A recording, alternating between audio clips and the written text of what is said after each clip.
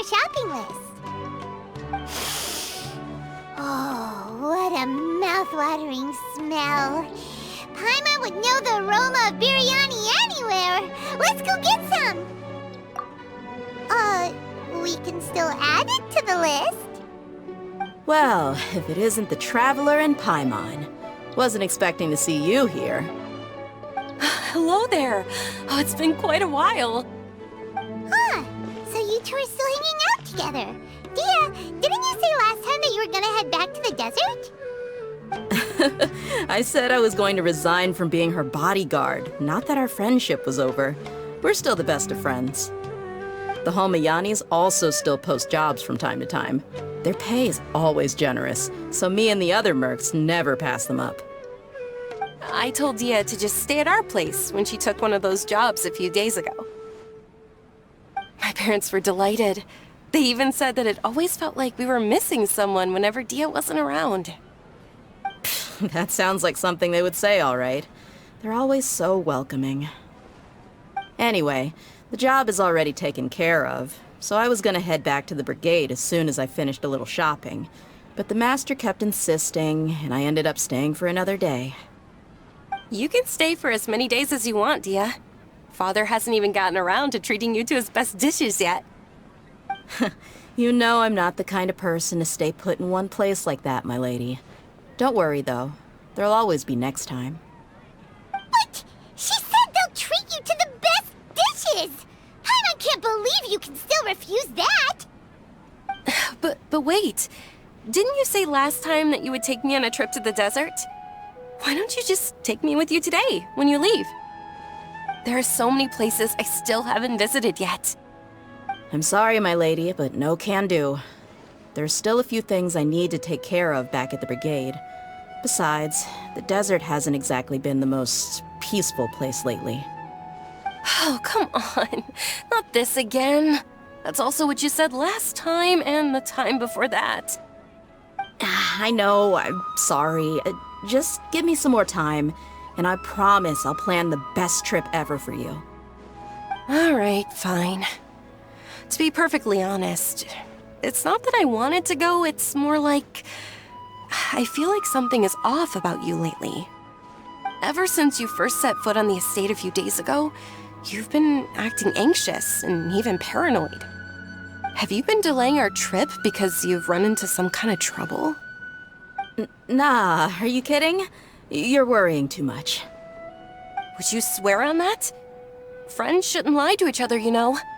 I wouldn't pry any further if you're willing to swear on what you just said.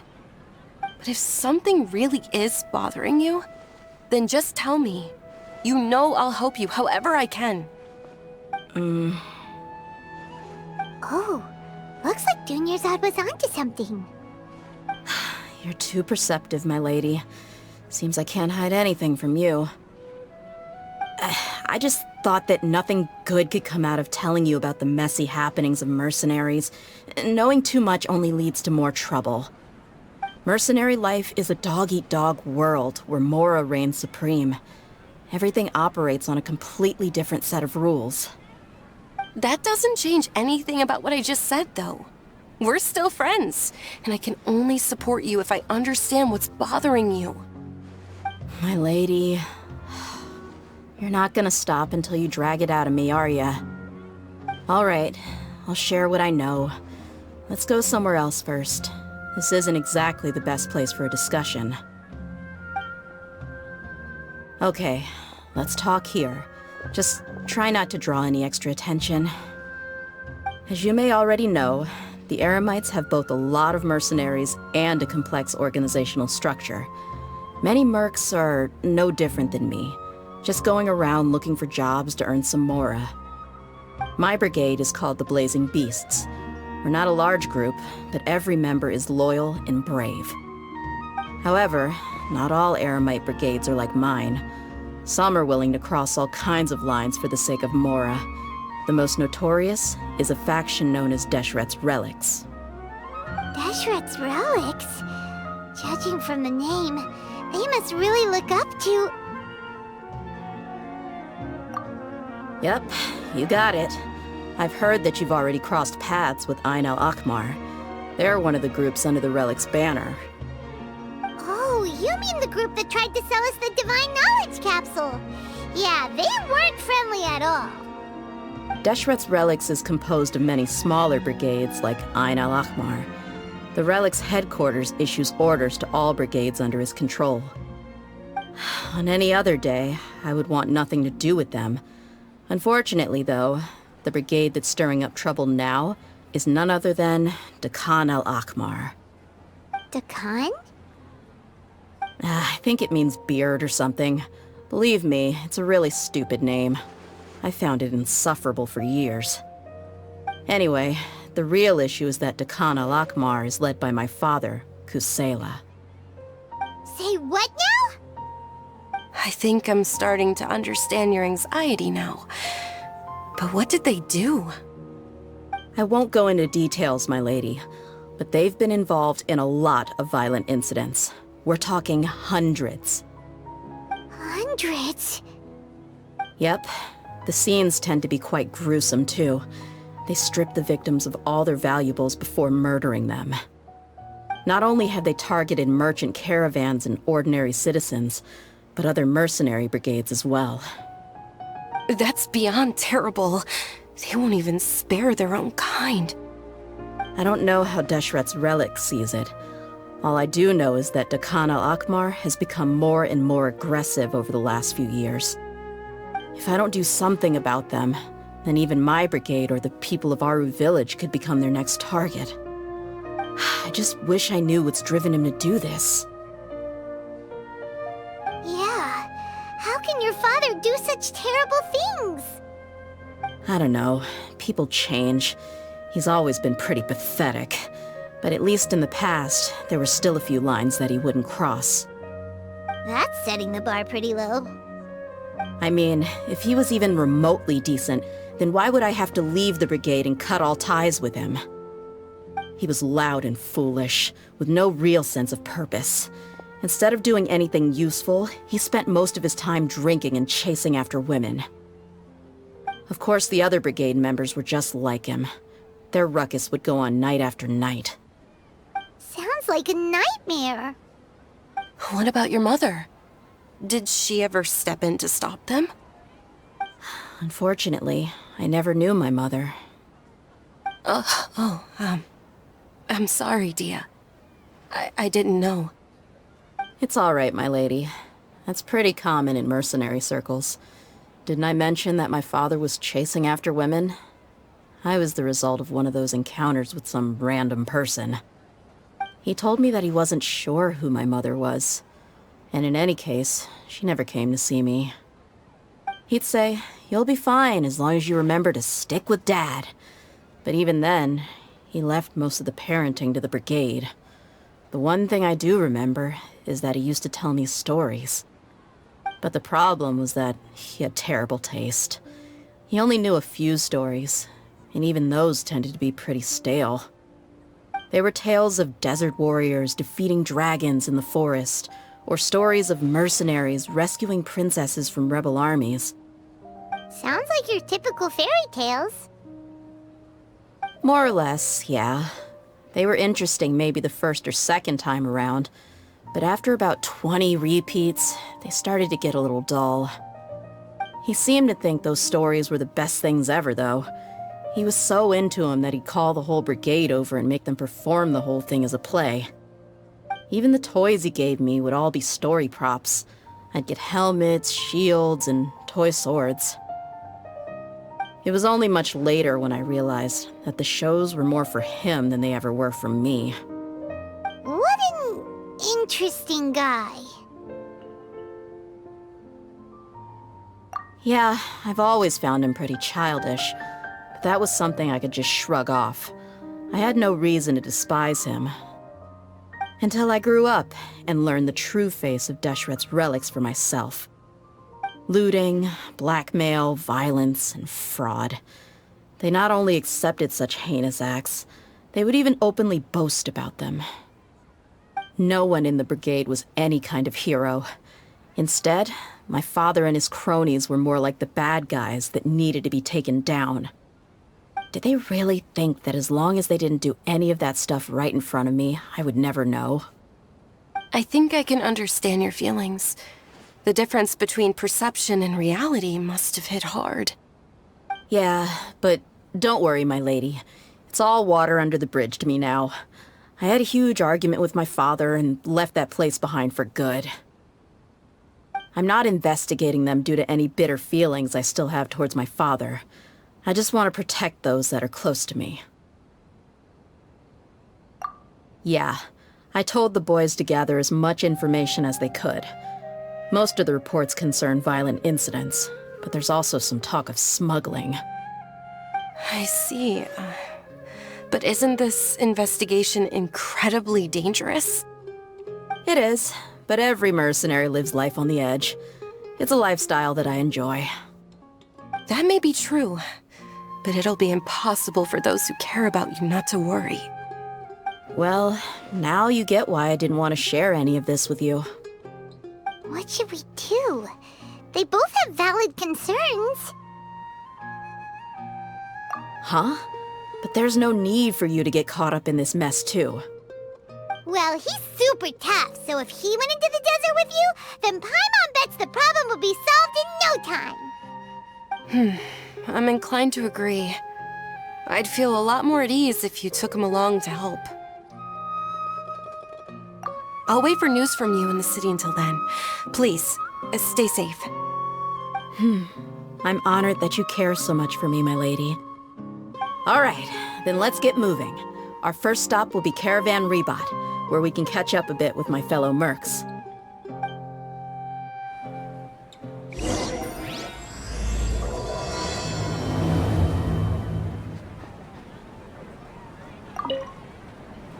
Please be careful. I'll stay in the city and wait for news from you. Just don't do anything reckless, all right? Hey, Dia, you're back. Are these two friends of yours?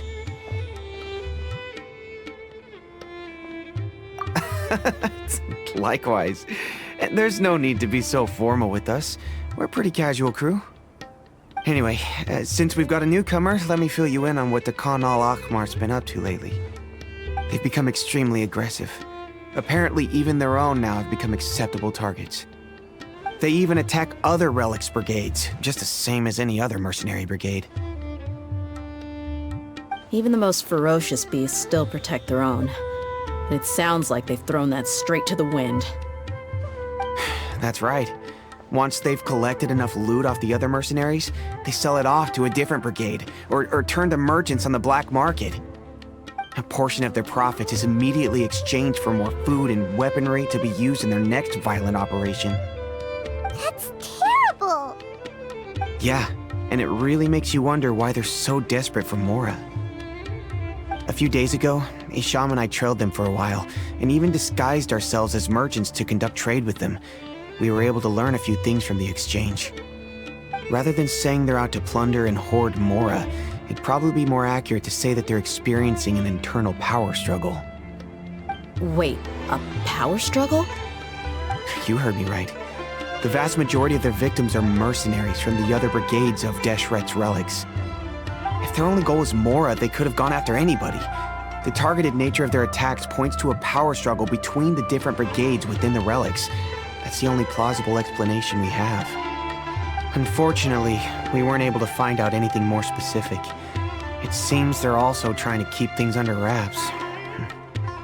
Oh, one last thing we discovered was that over the past few years, as the Khan al-Ahmar became more and more active, Deshret's relics as a whole became a lot weaker. It sounds mighty strange to me, too. Harun, you can leave the rest of the investigation to us. Gotta say, though, I didn't expect you to go on a whole undercover mission during the few days I was gone. Sounds like you were really putting your necks on the line, no? Nah, it was nothing. We're just as concerned about the situation as you are. The Khan al-Ahmar is your father's crew, after all. What he said. Besides, Dia, haven't you done more dangerous things than all of us combined? What we did is nothing compared to your experiences. Yeah. And while they went to talk with Khan al-Ahmar, I took a look at the last camp they attacked. Any survivors of the attack were already long gone. There was nothing of value left in the camp. Ah, Hisham and Khalaf. You're here too. We rushed over as soon as we saw you come into Caravan Ribat. Although this new friend of yours looks a little green behind the ears, I'm sensing a special vibe from him. Now that we know you'll have a capable partner with you, we can also rest easy. Hey, what about Paimon? Feel anything special? Oh, you're also planning to tag along with them? Of course! Paimon is the traveler's most important guide. Wherever he goes, Paimon will follow. Oh, in that case, then you'd better take care of her too, Dia. Don't underestimate Paimon! Don't worry about her. She may look tiny and helpless, but she's been through just as many battles as the traveler here. Even if she had only survived on sheer luck, then that alone would still make her quite formidable. I had no idea. I guess I shouldn't judge by appearances. Oh, one other thing, Dia. When you're free, why don't you update the deputy about your upcoming schedule? We held another recruitment event a few days ago, but everyone only came to see the Flame Main. You weren't around at the time, so people were pretty disappointed to only find our crew of rough, unkempt guys. The deputy put a lot of effort into the event, but it was basically for nothing. Only a few people chose to stay, and that really got to him. Sorry to hear that.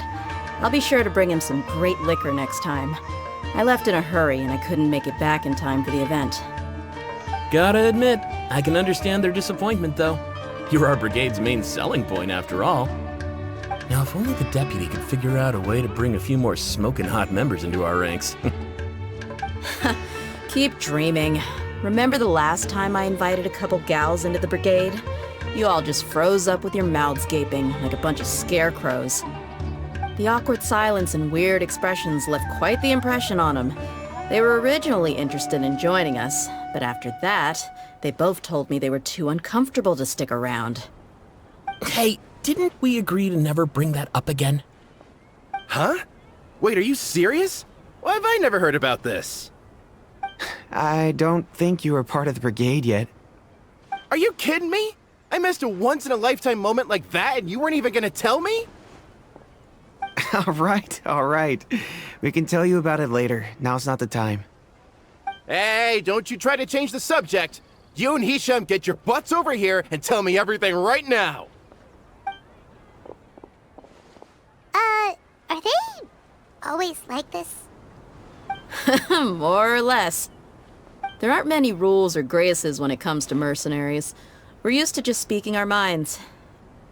If someone starts getting under your skin, you just yell right back at them. And if that doesn't put an end to it, then you just challenge them to a fight. But we also don't tend to take many things too seriously.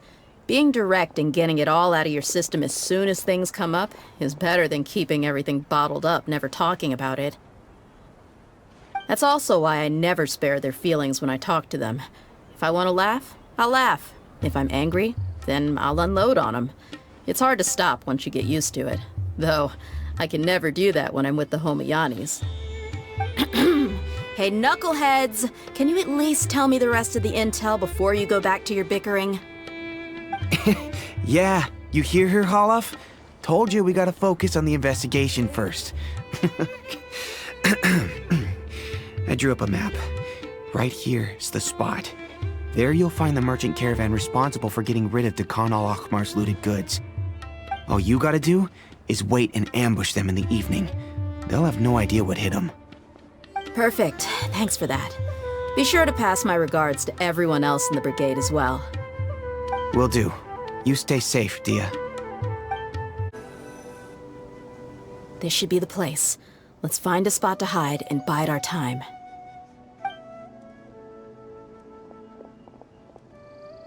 It's gonna come down to a fight one way or another, so let's all be careful. No need to worry. He knows his way around a fight. I'm not worried about that. What I meant is that we probably shouldn't go too hard on the enemy. After all, we still need to get information out of them.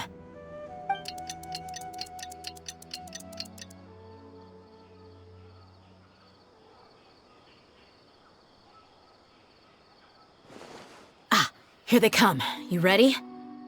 Let's not give them a chance to react and end this quickly.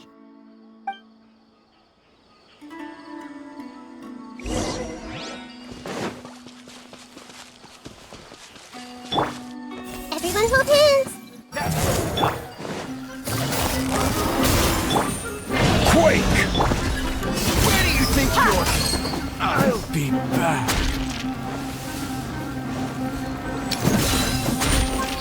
I'll be back.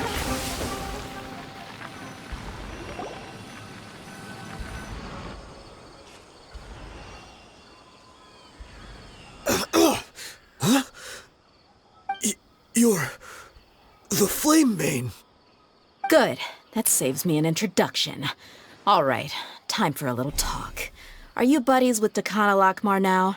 Tell me, what are they after? You know the code of being a mercenary just like everyone else.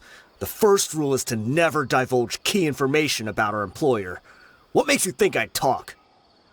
Ha!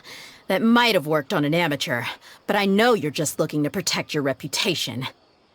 Think about it, though.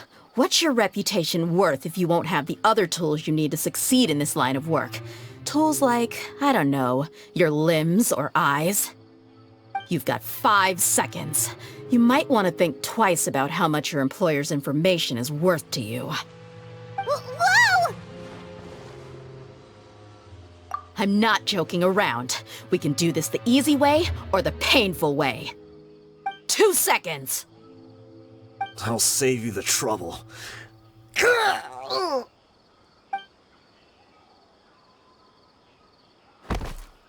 Huh? Are you crazy? He tried to bite off his own tongue. Quick, search the area for any first aid supplies.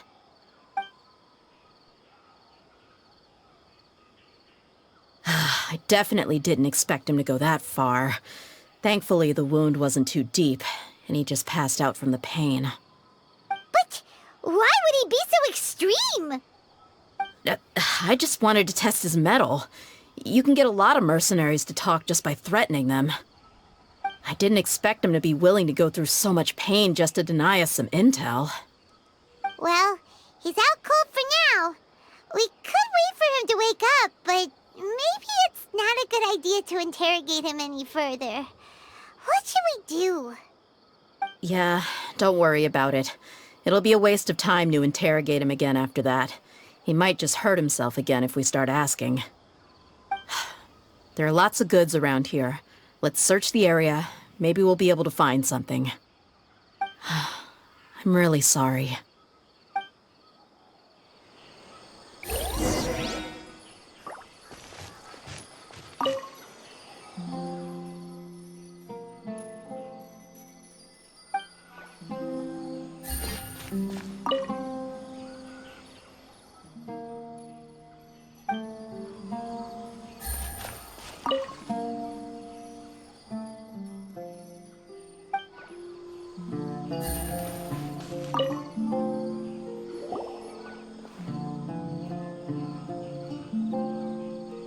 We found a piece of paper with a bunch of names on it. Maybe it's a record of something. Let me take a look. If this really is a merchant caravan, they should have a record of their transactions. Yep. I see an entry for Dakana Lakmar right here. Kusela, Idrisi, Bashar, and Takriti.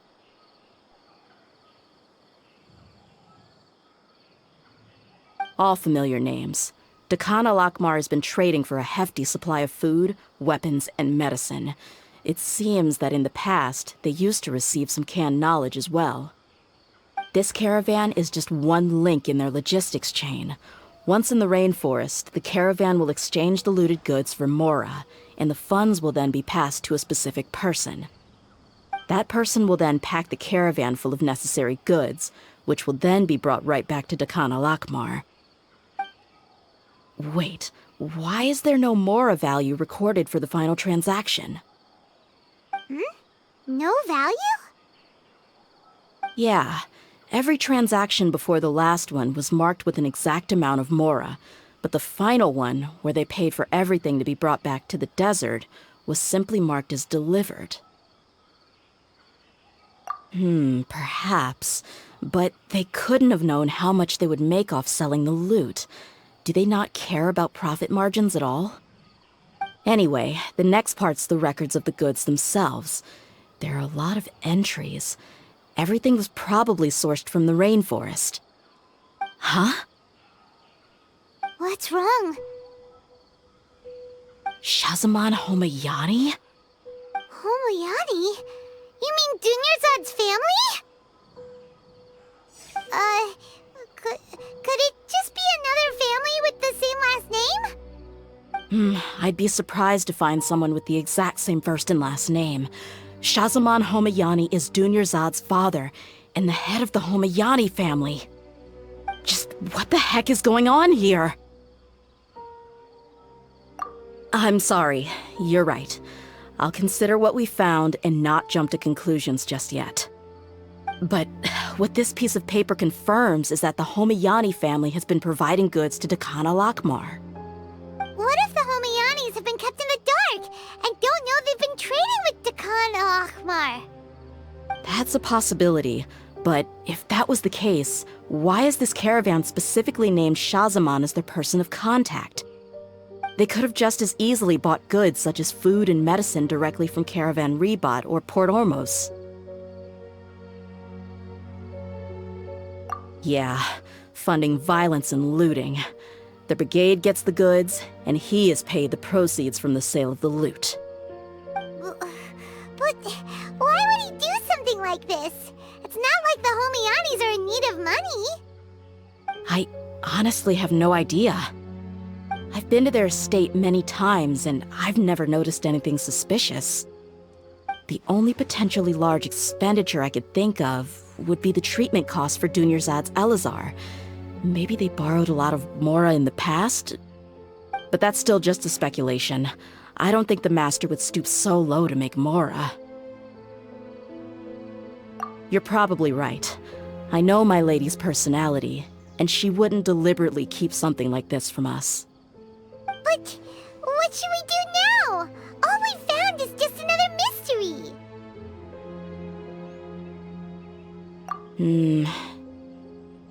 If you ask me, we already have no choice but to confront her about this. I'm not worried. It's too early to make a verdict yet. I still have faith in the Homayanis. Let's go find my lady again. We'll tell her everything and see if she's willing to lend us her support. If we're lucky, we can not only figure out the mystery of this paper, but also follow the trail of breadcrumbs to the people responsible at Dakan al-Akmar. Dia, are you sure this is the best decision? What if instead of getting the help we need, we just end up revealing everything we've discovered to the enemy? I've considered that possibility, but even still, I want to tell her what we found. I think I owe her that much. True friendship is built on trust. She showed genuine concern for me when we first brought up the topic. I can't repay her kindness with doubt and suspicion. That's not how I deal with people. You're right. Paimon wants to trust Dunyarzad too. Yeah. Let's pay another visit to Sumeru City.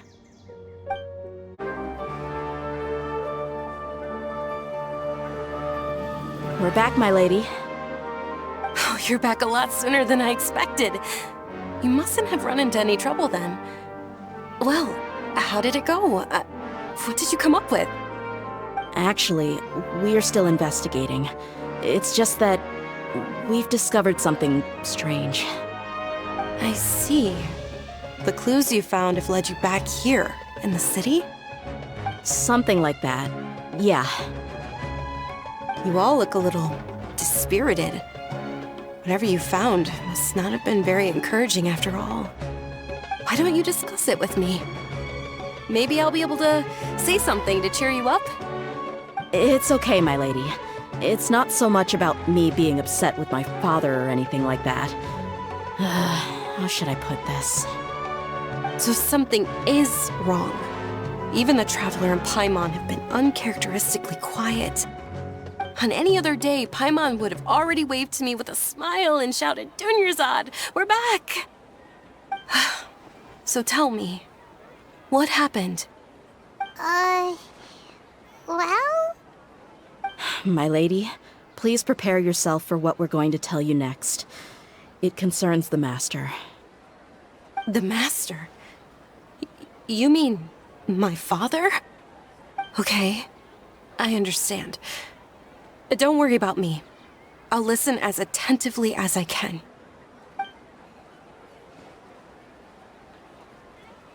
My father has been supplying goods to Dakan al-Akmar? Yeah, it makes as little sense to us as it does to you. I've never doubted the Master's integrity, so I'm having a real hard time rationalizing how he could ever support an infamous brigade like them. Maybe he's not actually aware of the full story and just stumbled into the deal by accident. I can't help but agree with the Traveler. Huh? You mean you feel the same way, Dunyarzad? Thank you for sharing all this information with me. Since you've told me everything you know, I should also tell you about some doubts that I've been harboring for quite a while. In the past, I thought that my father hired a bodyguard for me so that I wouldn't run away and get lost. However, there are plenty of capable mercenaries in the Corps of 30. Why did my father go out of his way to hire Dia? About that. Well, the Homayanis really needed bodyguards, so they reached out to the Blazing Beasts. Later, the Master told me that I was one of the best mercenaries he'd ever seen, and that I should stick around to become one of his bodyguards. He offered me a pile of Mora, so I just signed on. Well, but that didn't really answer my question. Just think about it. Why did my father specifically reach out to the Blazing Beasts? Maybe the Corps of 30 just didn't have anyone available, or maybe someone recommended us. I've never given it too much thought. I think I get what you're saying. You think none of this was a coincidence. Precisely. At first glance, nothing seems strange or out of place. But there are many parts of the story that don't actually make any sense. If my father had always been in contact with Dakan al-Akmar, then it would make sense for him to bring Dia into our house. You mean the goal all along was to get Dia to be your bodyguard?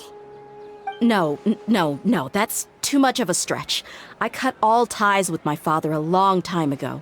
He has no control over my life anymore.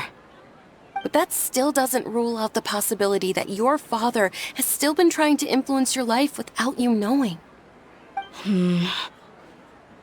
So, the Master was not likely an innocent victim in all of this? Sorry we put all of this on you so suddenly, Dunyarzad. It's okay, Paimon. I should actually be thanking you. Regardless of his reasons, if my father has truly been funding a violent group of mercenaries, then it's my duty to bring him back to reason. But is that really the right thing to do? My father has committed many atrocities and deserves all the punishment that he has coming to him. I have zero sympathy for him. You may call me an ungrateful child, but my feelings will remain the same. However, the Homayani family has treated me with nothing but generosity and kindness. If we decide to investigate this further, we could end up implicating the entire Homayani family. I would be biting the hand that's fed me over all these years. Dia. It's all right, Dia. If anyone were to ask, you could always just say that I'm the one who instructed you to get to the bottom of this. You don't have to do that, my lady. I'm not conflicted because I'm afraid of taking responsibility. Besides, you're the one we should all be worried about right now. Hey! It's still too early to give up hope! What was the thing about friendship again? Right, yeah, trust! You said that yourself, Dia! Besides, there's no point on getting all riled up before we've confirmed all the facts!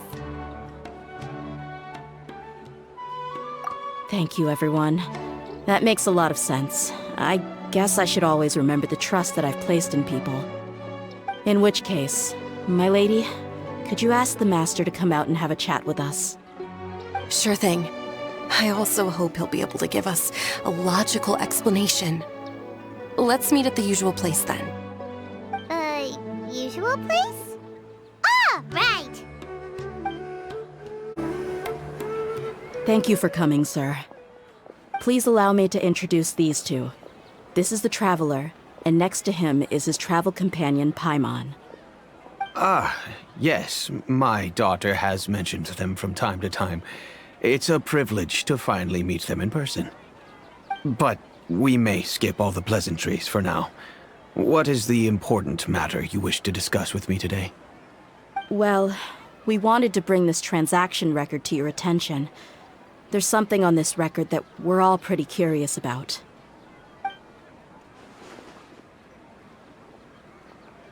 So, that's what you found? Huh. Seems like I can't keep everything from you much longer. If you wouldn't mind, we'd like an explanation. Well, it's a long and difficult story. And to be perfectly honest, I'm not sure if I'm doing the right thing. What I do know, though, Dia, is that the truth will bring you no solace. If anything, it will likely cause you a great amount of anguish. Wait, me? Yes, I understand perfectly why you came to see me. And I am touched by your collective commitment to do the right thing. But knowledge always comes at a price. And sometimes, as they say, ignorance is bliss. Your father, Kusela, and I both believed that. Of course, you have the right to seek and learn the truth, but I must warn you. The facts of this matter may reduce everything you've built for yourself into sand, blowing in the wind.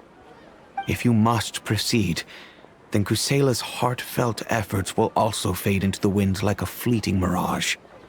His heartfelt efforts? I'm sorry, sir, but I'm not sure I follow.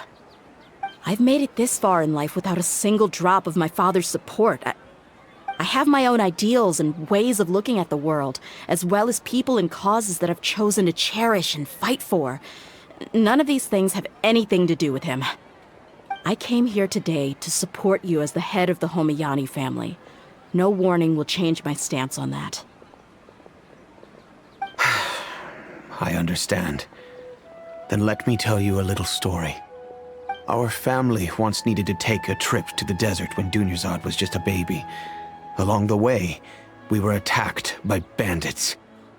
They had superior numbers and quickly overpowered our bodyguards. When all seemed lost, a group of passerby Eremites lent us their support. Those Eremites were Kusela's brigade, Dekan al-Ahmar. Kusela's men told me that the attackers were Eremite mercenaries, just like themselves. I was shocked. Why would Dekan al-Ahmar go so far to save us and not spare the fellow Eremites? Kusela was grinning and walked over to play with baby Dunyarzad. She was startled by his unfamiliar face and nearly started crying. Really? I never knew. He said that he had no particular reason to help us. He just took pity on us because he had a daughter about the same age. We started talking about our children, and I sensed that he was a devoted father. To repay his kindness, I hired his brigade to help out at our estate for a time, and offered everyone generous remuneration. So, that's what happened. It was many years before I saw him again. I almost didn't recognize him the next time he came knocking on my door. The man I knew to be strong and healthy had been reduced to a shell of himself. He couldn't even walk anymore without his cane. So, what happened to him? He was perfectly fine when I left the brigade. I'm not too sure myself. The only thing that didn't change was his cheery disposition. He said there was absolutely nothing to worry about and that he had gotten into a fight. That was all. He then suddenly asked me if Dunyarzad, now that she had grown, would need a bodyguard of her own. At the time, Dunyarzad was going through a particularly severe bout of her Elazar. There was no need for her to have a bodyguard when she could barely leave the house. But he kept coming back to the topic. Come on, it never hurts to be safe. How do you know a bodyguard won't come in handy one day? I was completely lost at first, until he recommended the Blazing Beasts, and in particular, a mercenary named Dia. So he was the one who recommended Dia to you. Indeed. He didn't say it out loud, but it was clear that he saw Deshret's relics as an evil group who would eventually corrupt every member in their ranks. He was already beyond redemption, but he hoped that he would be able to detach his daughter from the vicious world of mercenary life. If Dia could stay in my house and keep working as a bodyguard, then gradually her affinity for the desert would decrease, and she'd be able to leave her previous life behind. And that's why you offered her such generous compensation? Yes, but not just because of that. From the moment that he asked me for that favor, I also began to see Dia as my own daughter. And that's also why I tried to persuade you to stay when you asked for permission to leave. I was willing to spend however much it took. Kusela saved my daughter and I all those years ago in the desert. I could never refuse him entrusting his daughter to me. He was always like that, acting like he's oh so smart and self-righteous. Kusela said that he'd reimburse me for a portion of Dia's fees. I refused to take any mora from him, but he'd always send me funds anyway. Eventually, I just accepted them as a token of his gratitude. And that went on for a while until I received another letter from him a few years ago. The letter contained a request to help him buy food, weapons, medicine, and even explosive materials. Wait! Isn't that around the time that Decano Akhmar started becoming more aggressive? That's right. When I started to hear some nasty rumors, I became wary. I wanted to meet him face to face to discuss things. But by then, he was no longer receptive to my requests to talk. If I had to guess, it's probably because he doesn't want to put Dia at risk. That thought occurred to me as well. I figured that he probably came to me for help because he had nobody else to turn to. After some deliberation, I decided to send him some food and medicine. I turned down all his requests for explosives and weaponry. I am aware that even such a reduced gesture of support could lead to others coming to harm, but I could not simply reject his plea for help. In the end, it probably was the wrong decision. I plugged my ears to the rumors and just chose a solution that made me feel least guilty about myself. If you can, please tell me where he is now. None of the things he's doing right now make any sense if he's just trying to keep me from getting tangled up in his world. If all he wants to do is steer clear of me, then maybe he shouldn't have brought me into this world in the first place. Oh no. Dia, please don't feel that way. I'm just angry because I can't wrap my head around any of his actions. I don't know. I really don't know. I don't think I can do it. But I guess you do have a point. We haven't uncovered the whole truth yet. We still need to figure out his exact actions and reasoning for these last few years. I'll do my best to help. Of course, anything between the two of you would need to be resolved between you and him alone. I don't know Kusela's exact whereabouts. Outside of supplying his brigade with some goods, I tried my best to avoid getting involved any further with him. However, there's a man on the list named Jawed. He used to be a mercenary in the desert and is now a member of the Corps of 30. He's responsible for supplying weapons and liaising with the Deccan al-Akhmar's merchant caravan. I think he should know Kusela's whereabouts. I've heard that he likes to have a few drinks alone and enjoy the cool wind at night outside the tavern. Maybe you'll be able to find him there. Understood. Thank you, sir. Then I guess this is bye for now, unless... I'll stay and be with my father here. To be honest, I'm still a little dazed and haven't finished processing everything quite yet. My father has indeed done something wrong, but if I think about it, I'm also not sure if there was a right way to handle this problem. I feel like our only course of action is to turn everything we know over to the Core of 30 and let them render judgment. Yes. I am prepared to accept whatever verdict they choose. It's time to face my mistakes. Huh? Who are you guys? I know what you've been up to. Smuggling weapons to violent brigades in the desert while working for the Corps. Pretty bold, if you ask me. Shh! Keep your voice down. How do you know all that? Come with me. We should take this elsewhere. I'll be happy to talk things over once we're somewhere private.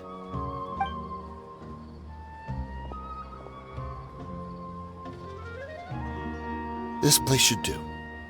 Alright, back to my question. How did you all know about me? Don't worry about that for now.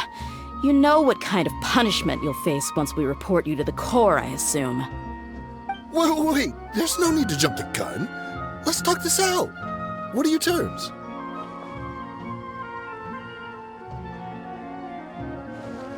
So what's in it for you anyway, Mora? Well, I was a little tight on money at the time, and Kusela took good care of me in the past. I weighed it in my mind, and I couldn't find a reason to turn the opportunity down. I wouldn't only be helping my benefactor, but I could also make some quick Mora. Let me tell you how it is. We're investigating Khan al-Akmar, and we're gonna put an end to their operations. If you provide some help for us, then we might just put in a good word later to reduce the terms of your punishment. Hey, why don't we discuss this a little first? Listen, I made quite a bit of Mora from my last run. You just give me a number, and I'm sure we can... Shut it. My patience is running out. You should know when a mercenary is after something other than money. All right, sheesh. But you gotta promise you'll put in some nice words for me later. They're always on the move. Here's the spot they were at the last time I made my delivery to the desert. Feel free to go have a look. I'm just telling you though, it's not on me if they're not there anymore. Sure. And then you can forget about any nice words from us. Hey, come on. Now you're just being unreasonable. Really? And how do I know you're not leading us straight into a trap? Don't forget, you're the one with no bargaining chips. All right, I get it. Why don't you go take a look, and if they're not there anymore, I'll try to figure out something else for y'all. Now that's more like it. Let's move. And as for you, try to stick around the city until we get back. You don't want us to call the folks from the Corps and have them drag you back to the city.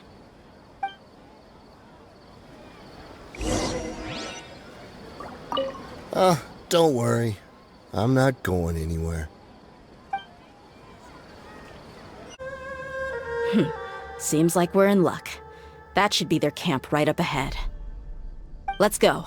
We'll finally get to the bottom of this ourselves.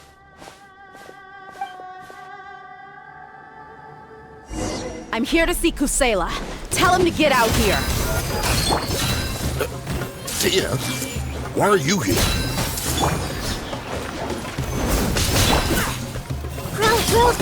Illusion shattered! Long the jump that!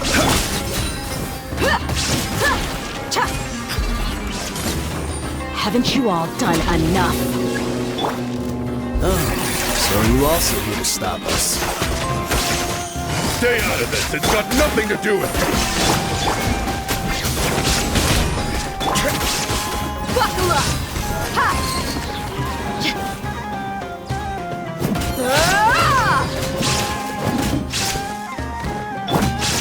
I see everything. Illusion shattered! Quietly now.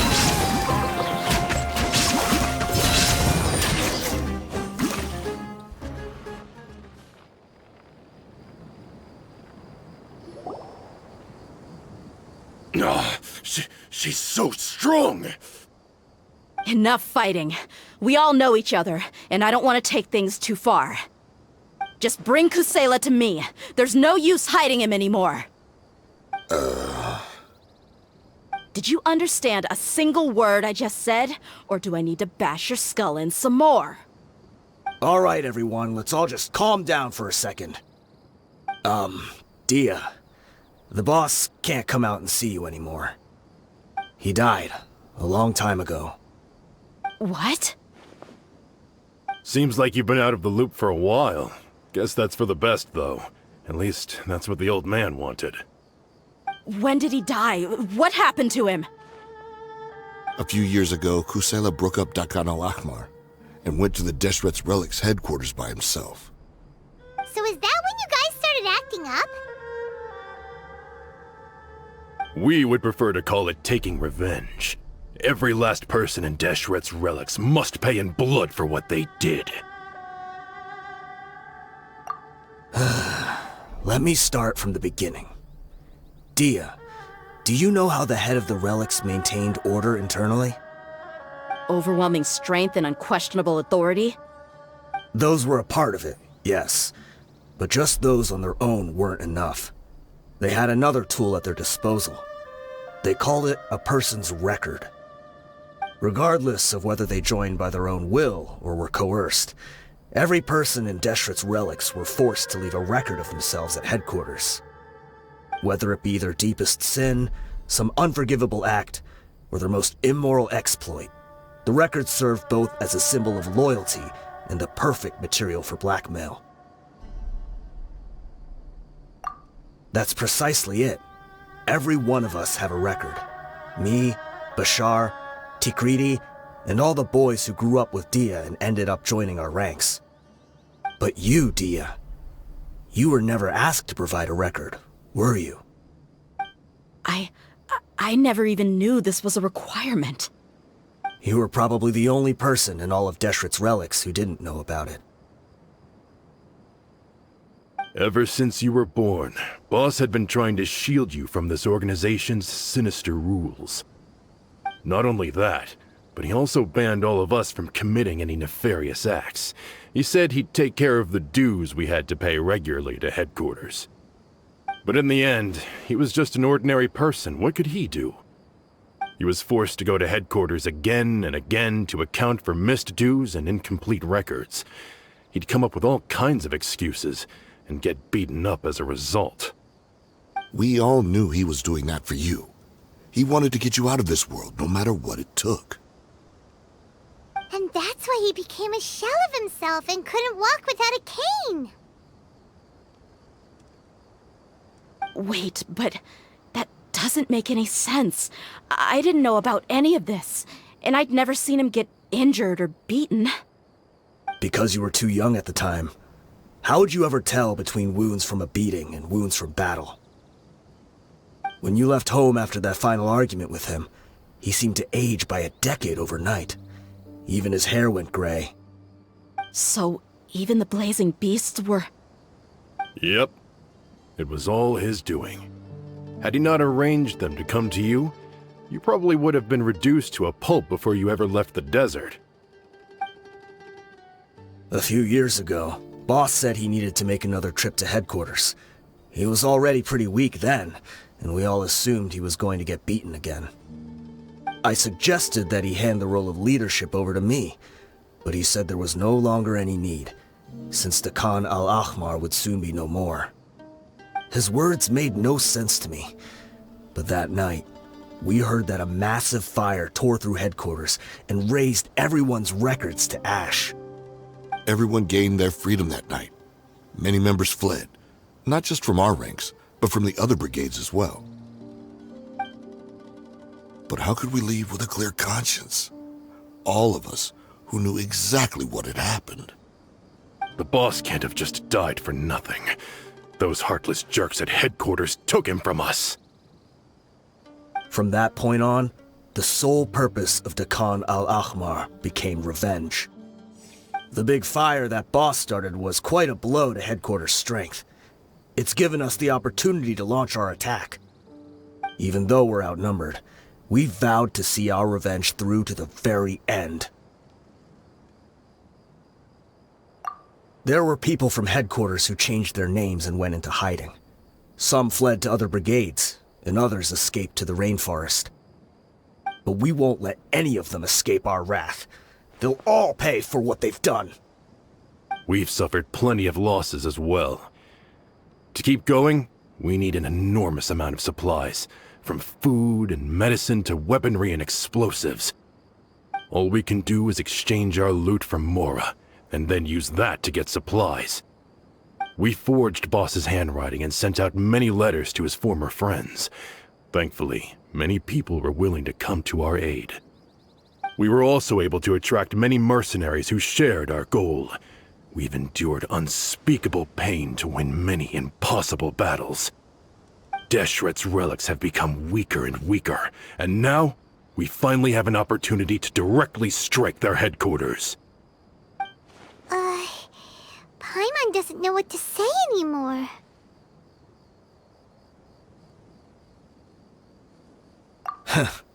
We do know right from wrong, but we were sinners from the very beginning. We do not deserve the freedom that the boss won for us with his life. Boss always loved his old-fashioned hero stories. Those tales about sacrificing yourself to save the world. We used to always laugh at him for it, but in the end, he really went and lived those stories out himself. As for me, I never considered myself a hero. We're all the lowest of the low. We have no right to even imagine such an existence. But maybe those hero stories he liked foreshadowed everything that was to come. The spirit of the hero touched all those he had saved, and more people joined his cause. Maybe we were all just acting along with the play in the beginning. But as we acted the parts and recited the lines, we were drawn in. And now, we want to see the story through to the end. I'm sorry, Dia. I know you always found us insufferable ever since you were young. Just think of this as a madman ranting. I'll go with you. Huh? Dia? You wanna go with them? I grew up with these guys, and I know they're not bad people. It's just that some situations get so bad that it's difficult to tell good from evil. All I know is that Deshret's relics must be destroyed. Furthermore, I want to go see the place for myself. I want to know if my father is still there. I know you don't want to get involved in this, so there's no need for you to tag along. I can do this on my own. Yeah, Paimon feels like we'd only regret it if we don't see this through to the end. Thank you. We'll be a lot stronger together with you. I bet Boss would lose his mind if he ever knew you'd join us at the very last moment like this. Considering all the losses and injuries we sustained, we can't afford to turn down someone as powerful as you. He can think whatever he wants. But the fact is, I owe him this much.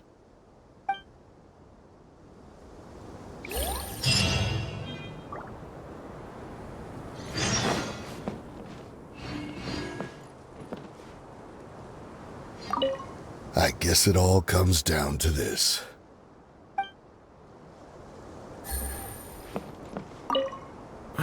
What a bummer. I just had to get injured now, right before the final fight. Be sure to punch one of them for me, huh? Take it easy. Is this the entrance? We sure didn't run into much trouble on the way here. Should be. I don't think they have enough manpower left to post guards and defend their perimeters.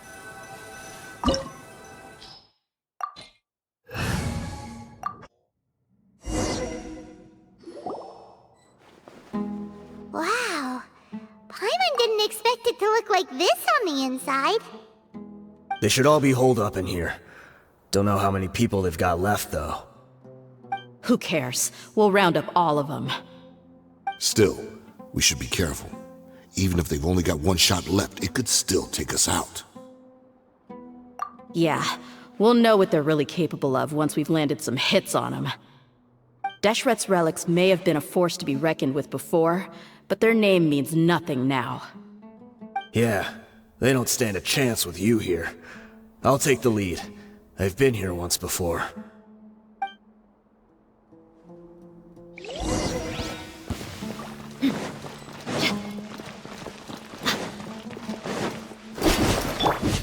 Shine down! Happy to oblige! I see everything! You are not welcome here. Gotcha! Take that!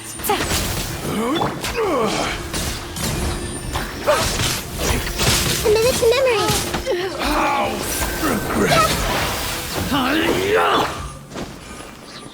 Following orders.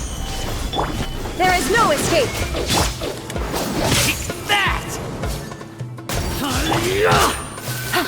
Game's up! Time's over!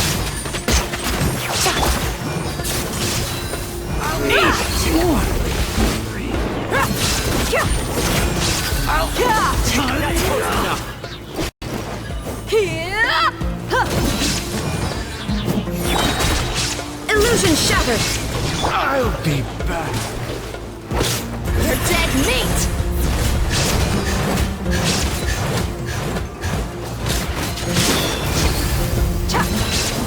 Buckle up! Quietly now. Shine down! This may hurt a little. You want this one?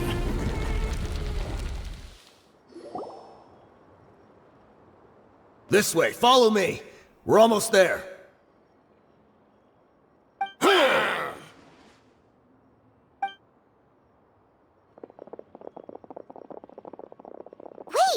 They went charging ahead without checking for any traps! Hey, you guys okay?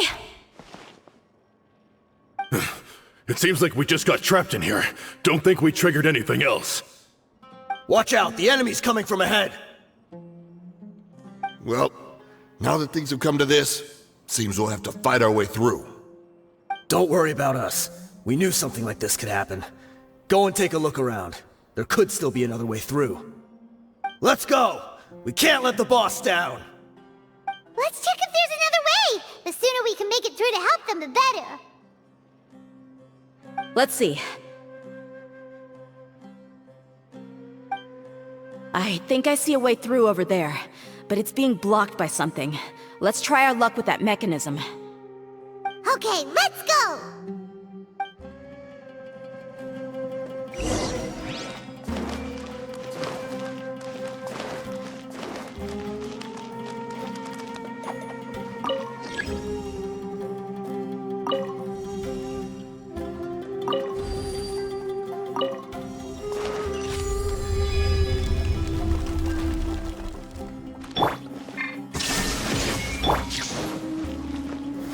Stabilize!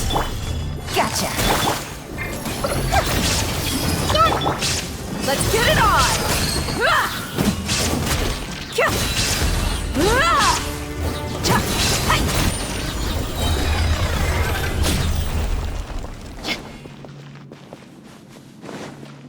Another mechanism like the one before, but this one's being blocked off in the middle.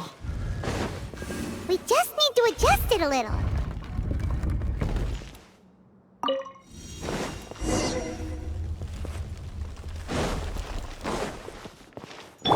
There is no escape!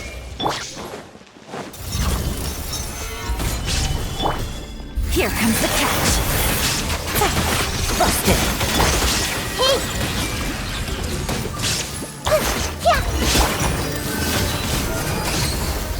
Yeah!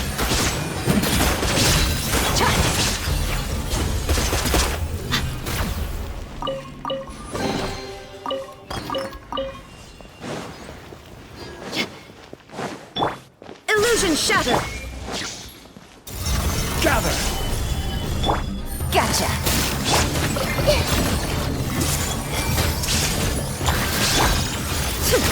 There is no escape! Buckle up! Gloves off!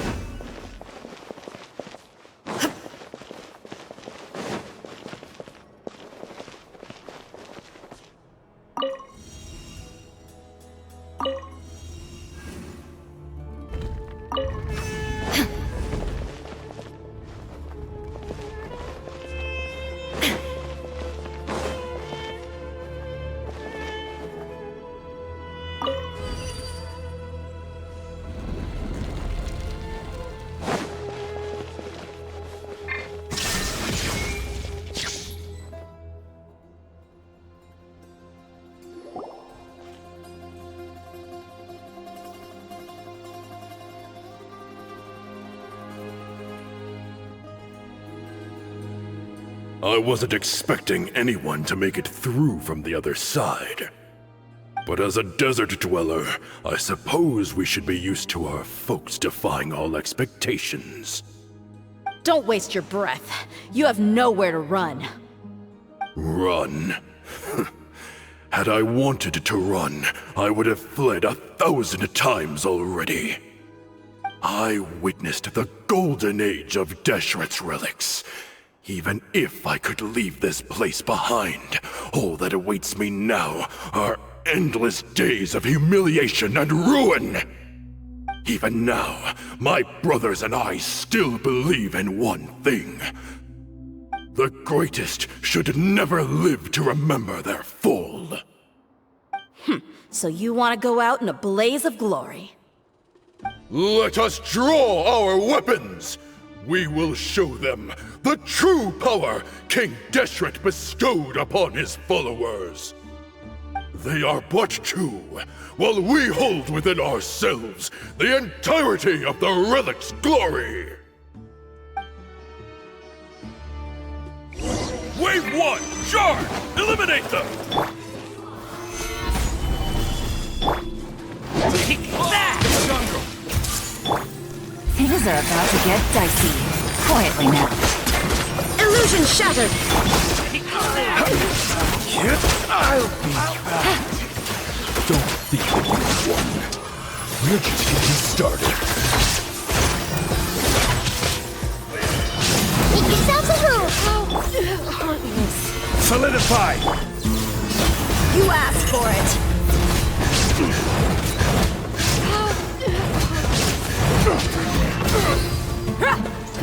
King Deshret will not abandon any one of his followers.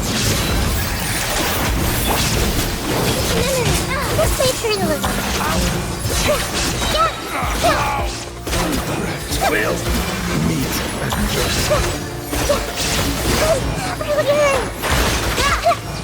Let's change tactics. Brothers! This is where we'll prove our faith.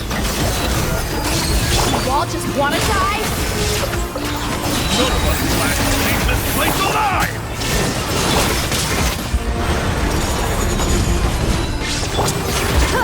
You're dead meat! Where do you think?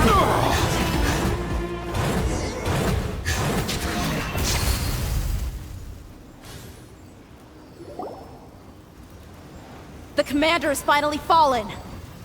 But they're still coming at us! This place is like a gladiator's ring. They just keep coming no matter how many we beat! Yes! Keep fighting! There's no need to fear, and no need to back down! This is our last stand! When the next wave comes, try to draw away their attacks. I'm going to see if I can take out that high platform.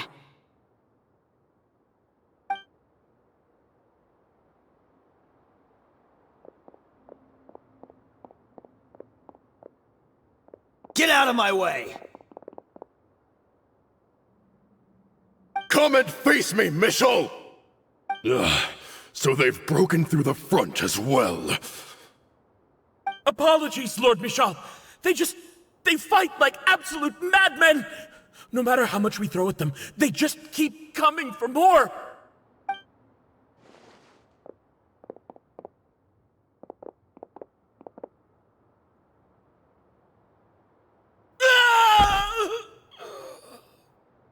So, it would seem like this is the end.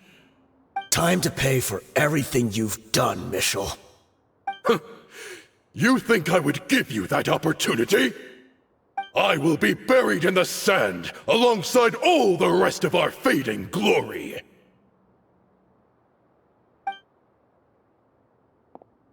Hey, wait!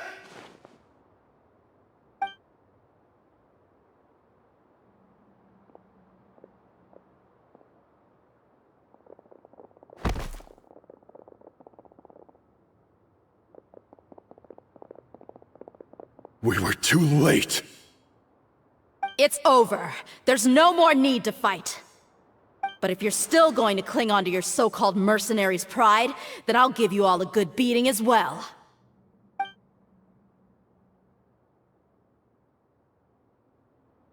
Hey, Dia! I found the mechanism. I'll get you all back up here right away. Let's go.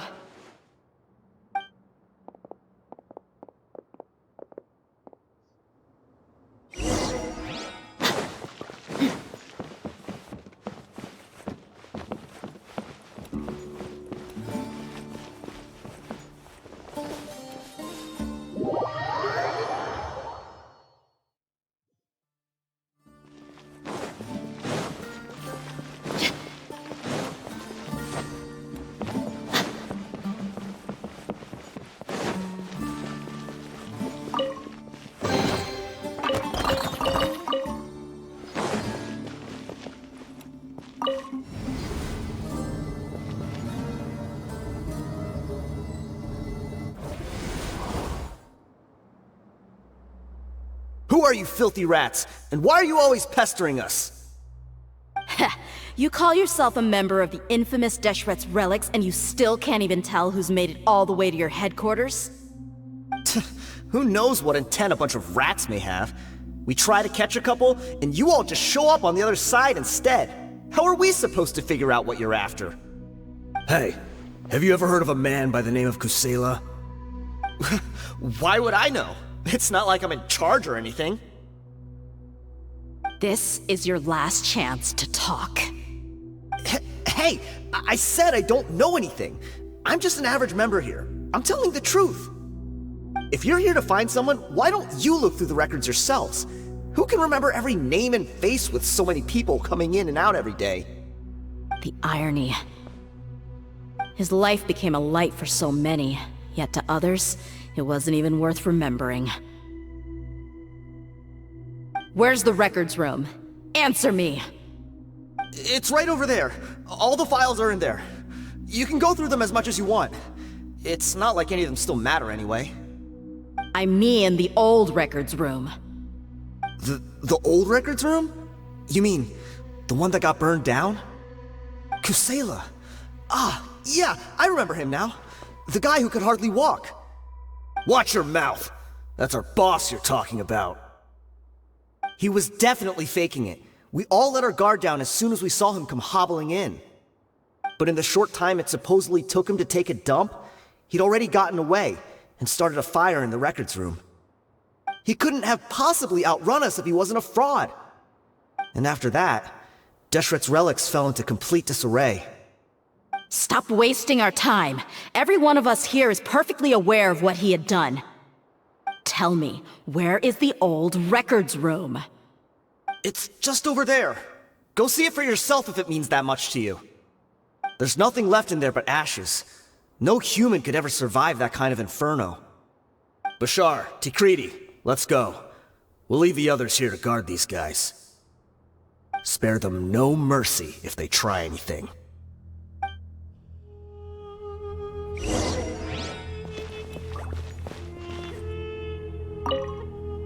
I've already told you everything I know. Can't you just leave me alone?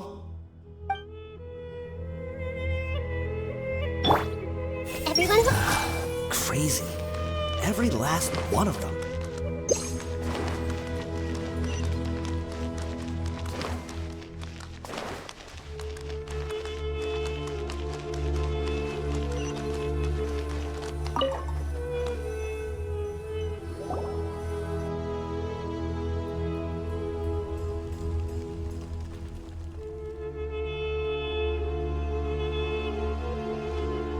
So, this was his final destination. How did he do it? Getting past all the guards with a limp and sneaking in here to start a fire? If he was nimble enough to do that, then he must have been able to get out of here after starting the fire, right? Tia. I'm sorry. I know it's just wishful thinking. Let's look around. Maybe we can find something that's been left behind.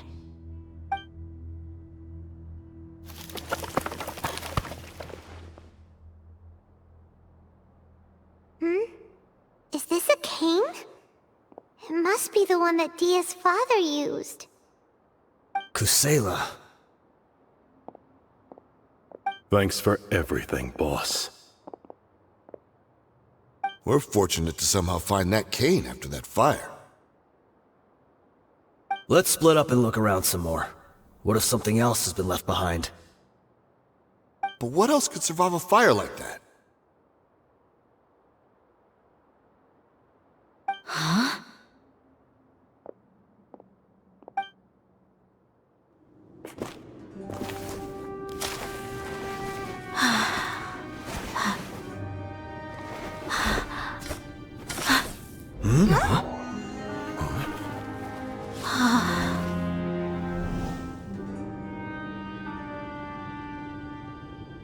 So. Wait! Isn't that the toy sword you played with as a child?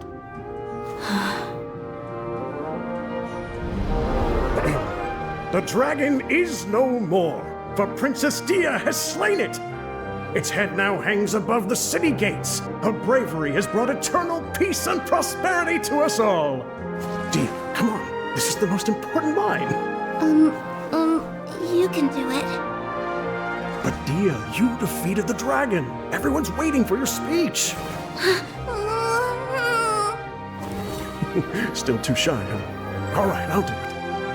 I hereby proclaim our victory. Evil shall plague us no more.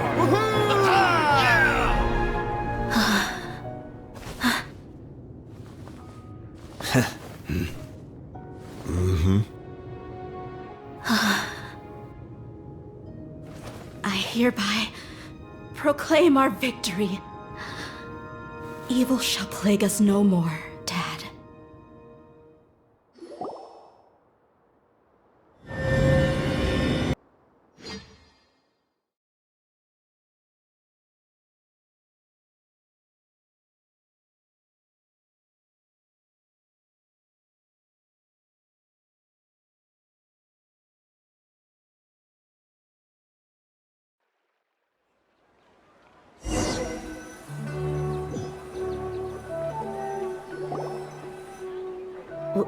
What's this?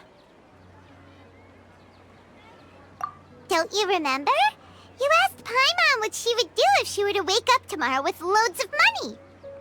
And Paimon said that she would get boatloads of tasty snacks. You looked super confused at the time, but said it was an adorable thing to say. These opportunities don't come by often. So today, Paimon's gonna treat you to a special crash course on Paimon's life philosophy. Hey, come on! Paimon's not that stingy. Anyway, the point is that you should eat to your heart's content. You'll feel better for sure once you've gotten something in your tummy. Dunyarzad will also be here shortly. She's already heard that we're back. Aw, thanks you two. Honestly, this is very unlike me. I just had a lot on my mind on our way back, so I didn't know what to say. My chest was filled with all kinds of intense emotions. They just shook me even more than all the feelings we've shared during our previous adventures. But when everything came to an end, those emotions also vanished without a trace, and I was left feeling more empty than ever before. It was as if I'd lost the thing that was most important to me. Yeah, you're right. To many mercenaries, Mora is the most important thing in the world. But perhaps to us, it's the most worthless thing of all. Idrisi and the others all used to say that they would quit if there was no Mora to be had. But when it came to avenging my father, there was no Mora to be made anywhere. My reality shattered when I found out that the father who always told me hero stories was in fact a bad guy. But look at me now. Am I any different? Despite all my promises about never forgiving him and never trying to understand him, I still went to such lengths to find out the truth and nearly even shed tears for his sake. We're hypocrites, all of us. Yeah, you're right. It's just a pity that we often only recognize our true feelings after it's already too late. You're back! Are all of you all right? she is. Yeah. Many people from the Corps of 30 came over, and I just wrapped up everything with my dad. All I can do now is wait for their verdict. Huh? Dia, you're looking quite down again. Paimon will explain. A lot happened while we were gone.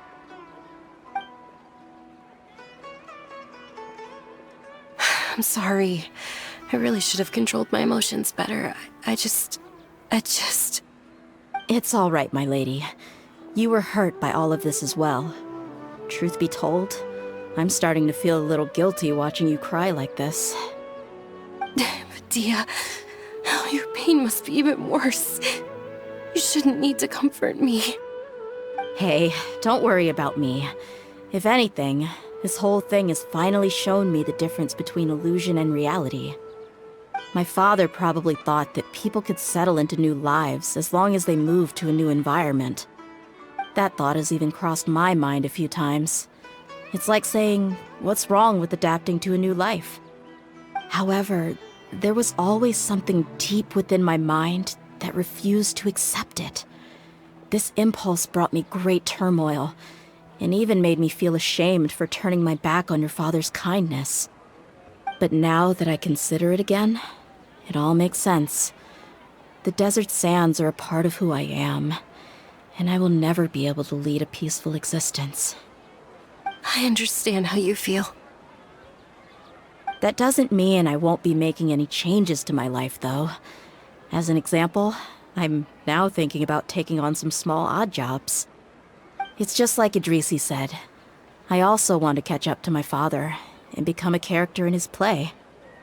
Even if the ending of the story may be childish and ridiculous, it won't really matter. Isn't that neat, though? Oh, you'll be a whole new kind of mercenary, one that's not out for Mora. Why don't we go for a change of scenery once we finish eating?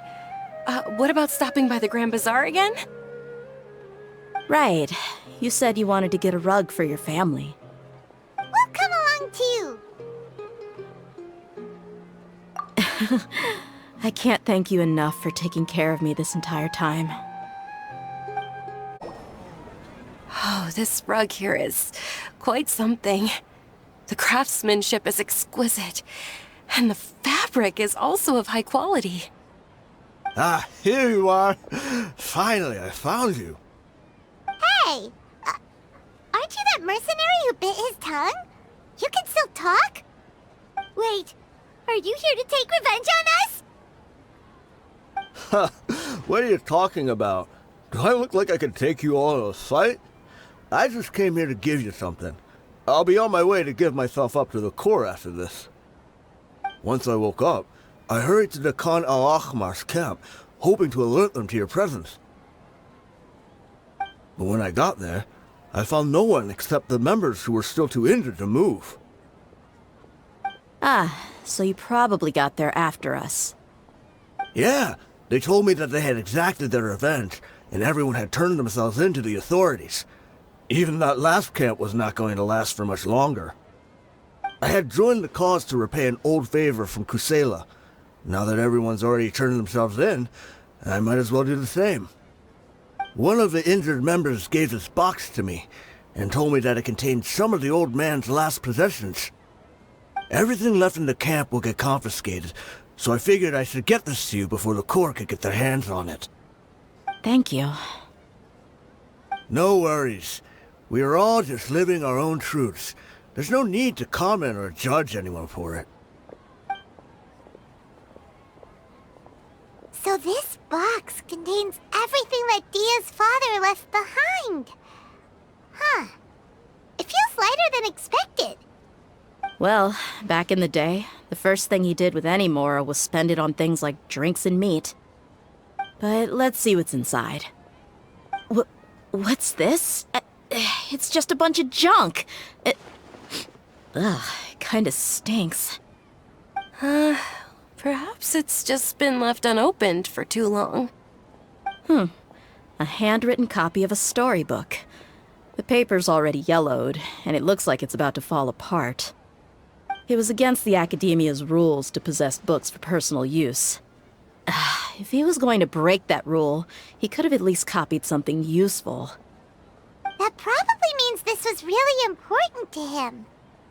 Ah, and here are a few bags of children's snacks. The packaging's completely deteriorated. Maybe that's where the smell was coming from. Did he get those for you? Yeah, but here's the thing, though. Even when I was a child, I was never a fan of these kinds of snacks. He'd always say that he got them for me, but in the end, he always ate more than I ever did. Who even leaves snacks in a box like this anyway? Isn't that just common sense? Forget it. Let me see what else is in here. A razor, some buttons, some round iron tiles, a wooden toy puppet, a wool scarf, which from the looks of it probably belonged to a woman, and a hair clip? Why are these things here? I'm suddenly feeling a little scared. I'm sorry, my lady, but this is just the kind of man he was. He probably saw this box as some kind of personal trash heap and dumped any and everything in there. 2 empty liquor bottles. Tell me, you guys, are these the kinds of things that a normal person would leave behind? Huh? There's something in the bottle! Oh, you're right. All right, I got it out. It seems to be a piece of paper with some writing on it. The bottom part's all damaged from moisture, though. Let's hope the writing didn't smudge. I was suddenly seized with an urge to write a letter after finishing this bottle. I just folded it up and left it in the bottle, though. If I end up forgetting about it, it won't really matter. To Dia. It's a letter for me? It's all right. I'll just read it out. If he went to the trouble of writing a letter, there must have been some important things that he wanted to say. Or at least record down. My condition's becoming worse and worse. Can't even walk without a cane anymore, much less go out and have fun. Guess I don't have many days left. If you're reading this letter, then I suppose I'm already long gone. You were adorable as a baby. Everyone loved you. And regardless of whether you were crying or laughing, everyone enjoyed having you in the group. But once you grew a bit older, you were no longer nearly as happy or cute. It's probably Idrisi's fault. He was never up to any good. Can you believe this guy? He can point the finger at himself. Anyway, back to the point. To summarize, I'm writing this so you would know not to feel sad for me, even if you end up finding out the truth. The reason being that I was never your father to begin with. Wait, what? Surely, he must be joking, right? I don't know. I was quite formidable when I was young, and 100 times cooler than some so-called flame main. Really felt like the whole world was under my feet. With just a teeny tiny bit of effort, I felt I could rule over the entire desert. But as fate would have it, I went out into the desert for a drink one day, and discovered a baby in the sands. It was you. You were just lying there, small and helpless. You were so tiny that if the wind blew for just a little while longer, you would have been buried forever. But your cries were so loud they made my head hurt. Now that I think of it, you really were a bundle of energy. Sounds like he's serious. I told Idrisi and the others that I had slipped up with a woman while out and about. None of them even doubted me. I'm sorry that I had to lie to them for so long, but I really had no other choice. I was their most esteemed leader, after all. It's not like I could just tell them that I suddenly wanted to play at being a father. At this rate, I'll puke up all the liquor I just drank from this bottle. Anyway, Dia, you possess the kind of freedom and kindness that we could only dream of. as far as how you should live your life, that'll be up to you to decide. That's the end of the letter. In the end, he was still thinking of me as a little child. I suppose, or I would have suffocated under the sand a long time ago. He was a good father to you. The fact that he wasn't a blood relative doesn't change that. Yeah, it's just a pity that we had to learn the truth of everything like this. Do you already have some ideas about the decision that he wanted you to make? I do. If he first found me alone in the sands, then I want to try my hand at finding the person who abandoned me. I just have one wish. To tell them a story.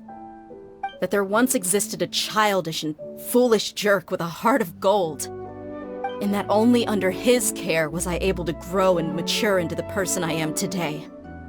If you end up finding any leads, can you share them with us? We go on adventures all the time.